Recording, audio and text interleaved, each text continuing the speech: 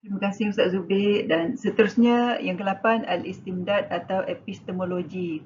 Ilmu mantik mengambil sumber daripada panca indera, akal dan wahyu, di mana panca indera yang 5 iaitu dera rasa, bau, dengar, lihat dan sentuh adalah alat kepada akal. Akal adalah mata yang sejahtera, manakala wahyu atau Al-Quran diumpamakan sebagai cahaya yang menyinari. Seterusnya yang ke-9 adalah hukum mempelajari ilmu mantik. Kita maklum pelopornya adalah Aristotle. Namun Al-Ghazali telah membuang segala unsur yang bertentangan dengan akidah Islam. Contohnya, makulat asyarah yang awalnya merujuk kepada kewujudan telah disaring kepada merujuk kepada makhluk sahaja. Namun, terdapat 3 hukum atau 3 pendapat, di mana yang pertama ialah adalah haram. Ibn Salah berpendapat ilmu mantik adalah pintu masuk kepada falsafah yang mungkin bertentangan dengan Islam. Dan Ibn Taymiyah berpendapat ilmu mantik tidak diperlukan oleh individu yang bijak dan tidak bermanfaat kepada individu yang bebal. Yang kedua, hukumnya sunat atau fardu kifayah, di mana Al-Ghazali berpendapat mantik adalah penghantar kepada semua ilmu dan sesiapa yang tidak memahaminya maka tidak diyakini pengetahuannya sama sekali. Begitu juga Al-Ma'jiri berpendapat ilmu ini Allah tidak berikannya secara sempurna melainkan kepada para wali yang dicintainya kerana ma'rifatullah dicapai melaluinya. Dan yang ketiga adalah harus bersyarat bagi orang yang sempurna akal bersama praktik sunnah dan Al-Quran supaya mendapat petunjuk dengannya kepada kebenaran. Dan inilah pendapat yang paling masyhur dan sahih. Seterusnya yang ke-10 dan terakhir iaitu al-masail atau permasalahan atau isi. Ilmu mantik terdiri daripada kaedah-kaedah yang digunakan untuk beralih daripada apa yang kita tahu kepada apa yang kita tidak tahu. Ia terbahagi kepada dua iaitu tasawurat dan tasdiqat. Tasawurat adalah cara menggambarkan sesuatu dengan betul dengan membincangkan pengkategorian dan pengertian. Manakala tasdiqat adalah cara membuktikan kebenaran dengan betul dengan membincangkan pernyataan dan penghujahan. Subtopik yang seterusnya adalah at-tasawurat. Kita maklum at-tasawurat adalah salah satu daripada dua cabang ilmu mantik dan ia bermaksud konsep. Dan di bawah at-tasawurat ada dua pembahagian iaitu mabadik dan maqasid, di mana mabadik bermaksud prinsip asas dan maqasid bermaksud tujuan, di mana mabadik membincangkan tentang taksim atau pengkategorian dan maqasid membincangkan ta'rif atau al-qaul asyarih atau pengertian. Dan di bawah mabadik terdapat 3 perbincangan iaitu ad-dilalah atau ad-dalalah yang bermaksud petunjuk, yang kedua al-alfaz yang bermaksud lafaz-lafaz, dan yang ketiga al-kulliyat al-khamsah atau 5 perkara umum. Seterusnya mabadik yang pertama iaitu ad-dalalah atau petunjuk. Ilmu mantik fokus kepada hanya dalalah lafziah wad'iyah kerana ia dapat difahami bersama dalam komunikasi dan penghujahan. Kita lihat bagaimana. Ad-dalalah atau petunjuk adalah apabila sesuatu yang diketahui membawa kepada pengetahuan yang lain. Ia terbahagi kepada dua, sama ada ghairu lafziyah iaitu tanpa lafaz atau lafziyah iaitu dengan lafaz. Contoh ghairu lafziyah adalah apabila kita nampak anak bulan Syawal, tandanya sudah tiba hari raya puasa. Manakala dalalah lafziyah terbagi kepada 3 iaitu akliyah, tabi'iyah dan wad'iyah. Contoh dalalah lafziyah akliyah, apabila kita dengar padang bising, ia adalah petunjuk bahawa ada orang sedang bermain. Manakala tabi'iyah, contohnya apabila seseorang berkata aduh, ia adalah petunjuk bahawa dia sakit. Manakala wad'iyah pula atau tetapan, ia terbagi kepada 3 iaitu mutabaqiyah iaitu sepenuh makna, tadmuniyah iaitu sebahagian makna, dan yang ketiga iltizamiyah iaitu melazimi makna.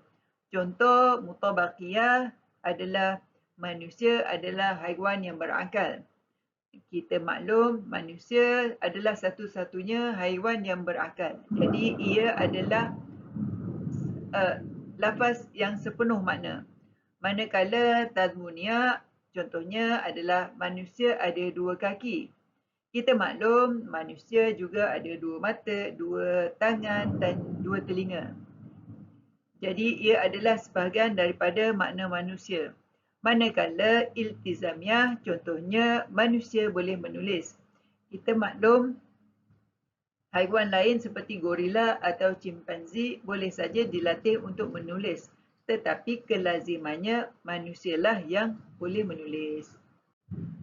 Mabadi yang seterusnya adalah al-alfaz atau lafaz-lafaz, di mana ia terbagi kepada dua, iaitu lafaz mufrad atau murakkab. Lafaz mufrad bererti satu kalimah, contohnya solat, yang tidak boleh dipecahkan lagi. Dan manakala lafaz murakkab adalah susunan kalimah, contohnya solat 5 waktu, di mana solat mempunyai makna tersendiri, 5 ada makna tersendiri dan waktu juga ada makna tersendiri. Dan susunan kalimah ini membawa kepada makna yang tersendiri juga. Dan lafaz mufrad terbagi kepada dua, iaitu kulli dan juz'i. Kulli bermakna umum, contohnya manusia. Manakala juz'i adalah satu juzuk daripada yang umum itu, contohnya asmanya. Asmanya adalah satu juzuk daripada manusia. Dan di bawah kulli inilah adanya al-kulliyat al-khamsah. Seterusnya al-kulliyat al-khamsah. Kulli adalah lafaz umum atau universal. Ia terbagi kepada dua, iaitu dhati dan aradi. Dhati adalah ciri zat dalaman atau essential. Ia terbagi kepada tiga, iaitu jins, nau' dan fasal. Jins terbagi kepada dua, iaitu ba'id dan qarib. Ia adalah jenis atau ciri umum zat atau genus. Ia adalah lafaz kulli yang diperkatakan pada banyak perkara yang berbeza hakikat dalam menjawab persoalan apakah ia atau ma huwa. Contoh ciri umum zat manusia. Hakikatnya, jins ba'id manusia adalah jisim dan jins qarib manusia adalah haiwan.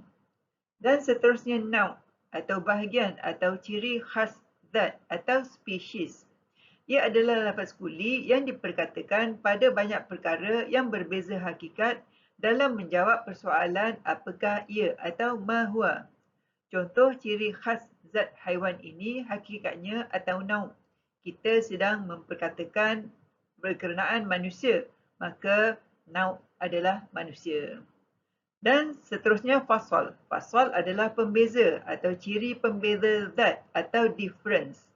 Ia adalah lafaz kulli yang diperkatakan pada banyak perkara yang berbeza bilangan, bukan hakikat, dalam menjawab persoalan apakah ia atau ma huwa. Contoh soalan, apakah ciri pembeza zat haiwan ini iaitu manusia dengan yang lain atau fasalnya? Manusia berakal, sedangkan haiwan dan jisim lain tidak berakal. Dan seterusnya aradi. Aradi adalah ciri sifat luaran atau accidental. Ia terbagi kepada dua, iaitu khassah dan arad am. Khassah adalah sifat khas atau ciri khas sifat atau property. Ia adalah lafaz kulli yang diperkatakan ke atas perkara di bawah satu hakikat saja dengan kata-kata yang memperihalkan sifat. Contoh soalan, apakah ciri khas sifat luaran bagi manusia, iaitu khassahnya. Khassah manusia adalah ketawa, manakala haiwan lain mempunyai bunyi mereka yang tersendiri. Dan seterusnya arad am. Ia adalah sifat umum atau ciri umum sifat atau accident. Ia adalah lafaz kulli yang diperkatakan ke atas perkara di bawah hakikat-hakikat yang pelbagai dengan kata-kata yang memperihal sifat. Contoh soalan, apakah ciri umum sifat luaran bagi manusia atau arad am? Arad am manusia adalah bernafas dan begitu juga haiwan-haiwan yang lain. Dan jins, nau', fasal, khassah dan arad am inilah yang membina al-kulliyat al-khamsah. Selesai mabadi, kita ke maqasid atau at-ta'rif atau al-mu'arraf atau al-qaul asy-syarih atau ta'rif. Ia terbagi kepada dua, iaitu bil had atau definisi dan bil rasam atau deskripsi. Ada 4 jenis takrif. Yang pertama, definisi lengkap atau al-had at-tam. Ia berlaku apabila jins bergabung dengan fasal qarib. Kita gunakan al-kulat al-khamsah untuk manusia seperti yang kita lakukan sebelumnya. Di mana untuk manusia, jins ba'id adalah jisim, jins qarib adalah haiwan, fasal manusia adalah berakal, khassah manusia adalah ketawa, dan arad am manusia adalah bernafas. Jadi apabila jins bergabung dengan fasal qarib, ia menjadi manusia adalah haiwan berakal. Dan seterusnya, untuk definisi tidak lengkap atau al-had al-naqis, ia adalah gabungan jins ba'id dan fasal qarib. Oleh itu, daripada al-kulat al-khamsah, ia menjadi manusia adalah jisim yang berakal. Dan seterusnya, untuk deskripsi lengkap atau ar-rasam at-tam, ia menggabungkan jins qarib dengan khassah. Maka takrifnya berbunyi manusia adalah haiwan yang ketawa. Dan yang terakhir, deskripsi tidak lengkap iaitu ar-rasam an-naqis adalah gabungan jins ba'id dan khassah atau arad am.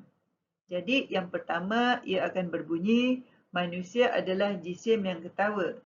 Dan yang kedua, manusia adalah jisim yang bernafas.